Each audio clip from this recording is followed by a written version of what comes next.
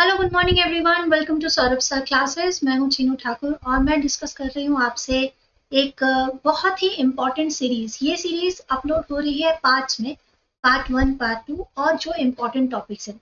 जैसे आज का इम्पॉर्टेंट टॉपिक जो है वो मैथ्स डीआई के क्वेश्चंस हम लोग करेंगे जो आपके हेल्पफुल होते हैं। जनरल पेपर जो आपका चाहे सिविल सर्विसेज का हो या फिर यूजीसी नेट का हो, क्रेट का एग्जामिनेशन हो, ये सारे आपके एग्जामिनेशन जो हैं अब आ रहे हैं। ठीक है, कुछ पेपर आपके अगस्त से फॉर्म फिलअप स्टार्ट हो चुका है, कुछ एग्जाम आपके दिसंबर में भी है। तो चलिए फटाफट से देख लेते हैं कुछ ऐसे क्वेश्चंस जो रिपीट हो रहे हैं और बहुत ही इजी जो तरीका है उससे समझेंगे। ठीक है, तो स्टार्ट करते हैं आज के क्वेश्चन को। ये न्यू टॉपिक कौन से हैं? कोडिंग डिकोडिंग के जो पहले से क्वेश्चन आते हैं जा रहे थे ना, उसमें थोड़ा चेंज किया गया है, पैटर्न्स थोड़े नए तरीके के किए गए हैं। मैच द कॉलम को भी रिलेट किया गया है ऐसे क्वेश्चंस के लिए। मैं आपको क्वेश्चंस दिखाती हूँ तो आप समझ पाएंगे कि मैं क्या कहना चाह रही हूँ। जैसे आप इस क्वेश्चन को देखिए, यहाँ पे कुछ वर्ड्स दिए हैं और नीचे कुछ कोड्स दिए गए हैं और नीचे मैच है, यानी कि हमें क्या करना है, इनको मैच करना होगा इनमें से ऑप्शंस में से। ठीक है जी, तो यहाँ पर आप ये देखिए BOLTRING SOLD और FROM। ठीक है, ये जितने अल्फाबेट्स होते हैं, अल्फाबेट्स को सॉल्व करने का एक तरीका है, बहुत सिंपल। ठीक है, क्या तरीका है कि आपको ABCD यानी A to Z जो आपका है उसके जो नंबर्स है वो याद होने चाहिए। ठीक है, 26 टोटल अल्फाबेट्स है, तो कौन सा अल्फाबेट क्या नंबर कंटेन कर रहा है वो याद होना चाहिए। मैं एक बहुत ही फनी सा एग्जांपल आप लोगों को देती हूँ जो आपको हेल्प करेगा इसको याद करने के लिए। एक वर्ड है जो हम बहुत समय से सुनते आए हैं, दैट इज इलू। ठीक है, ऐसे ही कुछ वर्ड्स जो थोड़े से मतलब रिलेट करते हैं उनको ही याद रखना जरूरी होता है ना। तो इलू जो वर्ड है आप देखेंगे इसकी कोडिंग होती है 9, 12 एंड 21।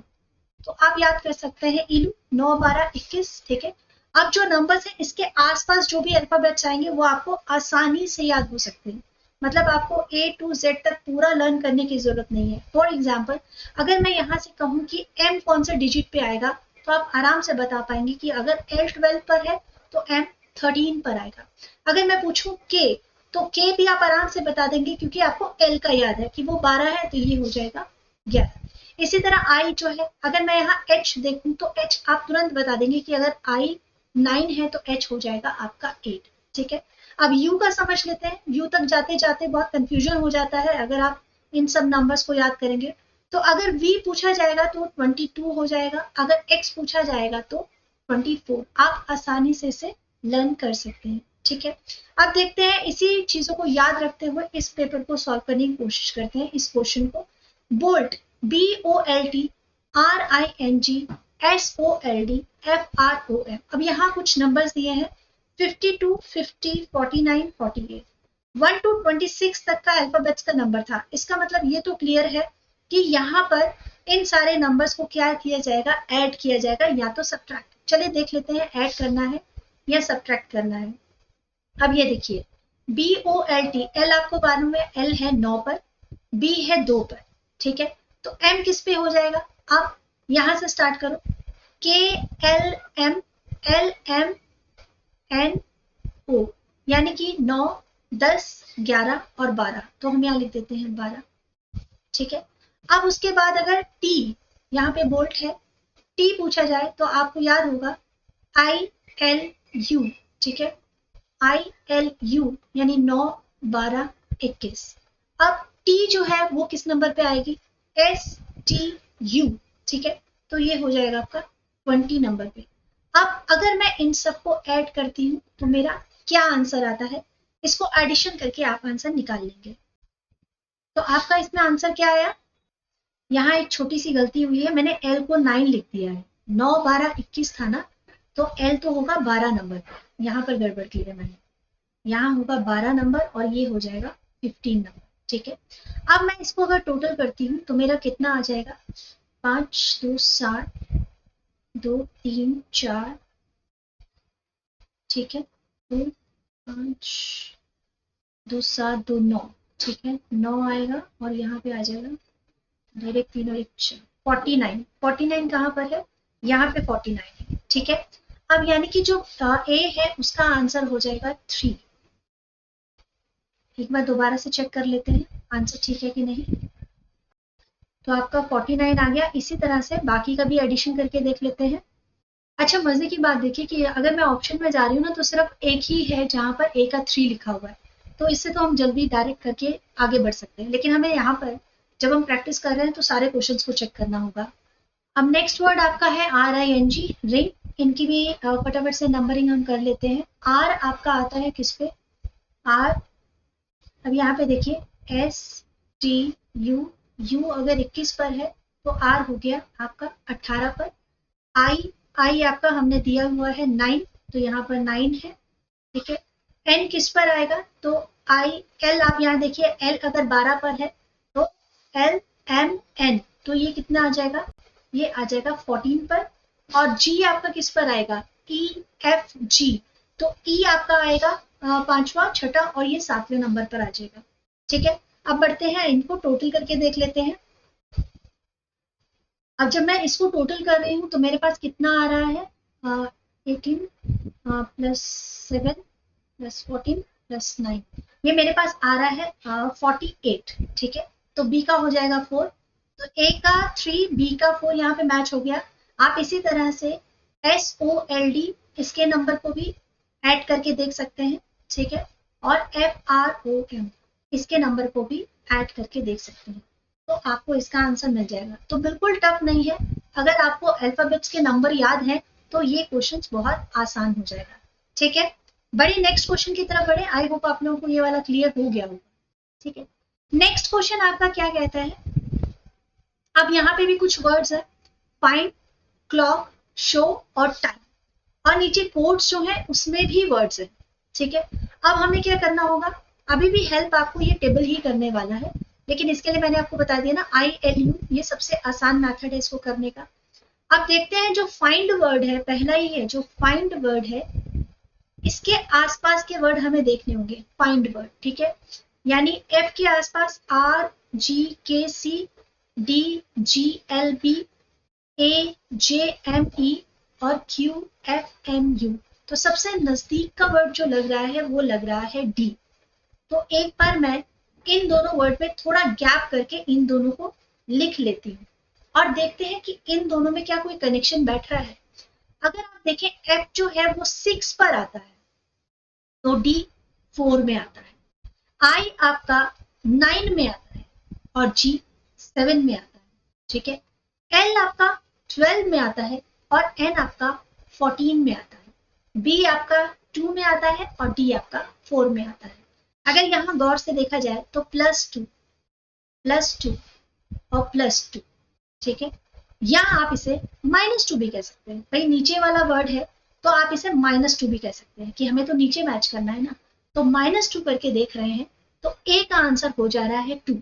अब यहाँ टेबल पे आप देखें तो यहाँ से ही आपका आंसर निकल आएगा, ठीक है। लेकिन हम बाकी का भी सॉल्व कर लेते हैं, बहुत आसान मेथड है। आप इसको क्या करेंगे, फिर से 2 वर्ड ऊपर और उसके नीचे लिख के देखना है। अब हमें जबकि पता चल चुका है कि इसका आंसर क्या है तो हम बहुत जल्दी से इसको चेक कर सकते हैं। जैसे नेक्स्ट है CLOG, तो CLOG आपका किसके आसपास हो सकता है? ए के आसपास हो सकता है, AJME, इसके बीच का गैप चेक कर लेते हैं। तो ए अगर 1 पे है तो सी किस पर है? 3 पर है, ठीक है। और AJ है, सॉरी है ना, ये J है। L आपका किस पे आता है? 12 पर आता है। और J किस पे आता है? J आपका आता है 10 पर आता है।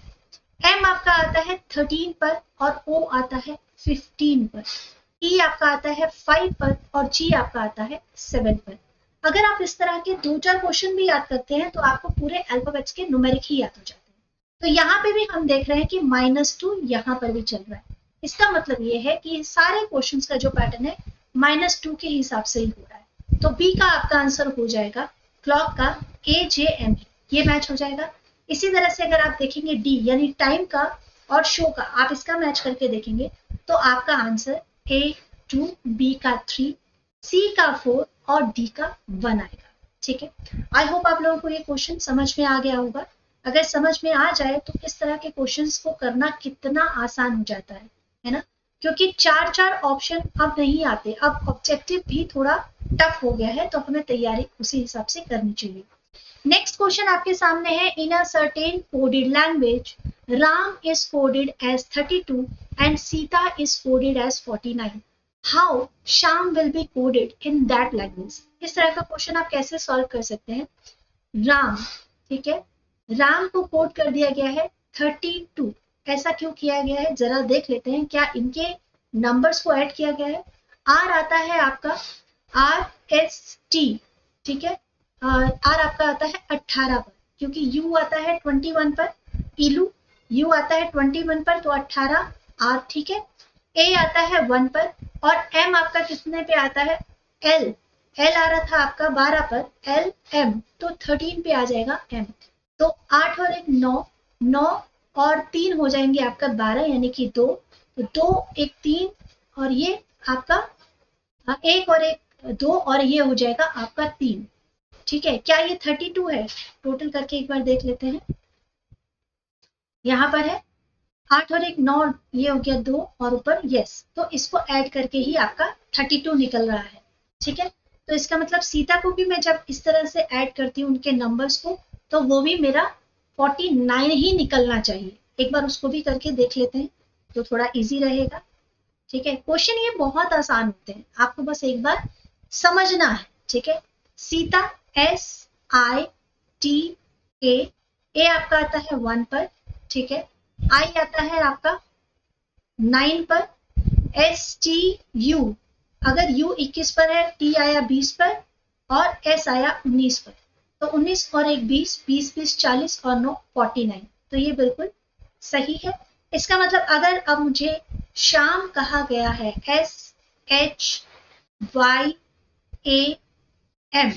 तो मैं मैच कर दूंगी कैसे। A है मेरा 1 नंबर, ST यानी ये हो गया मेरा 19 नंबर, ठीक है।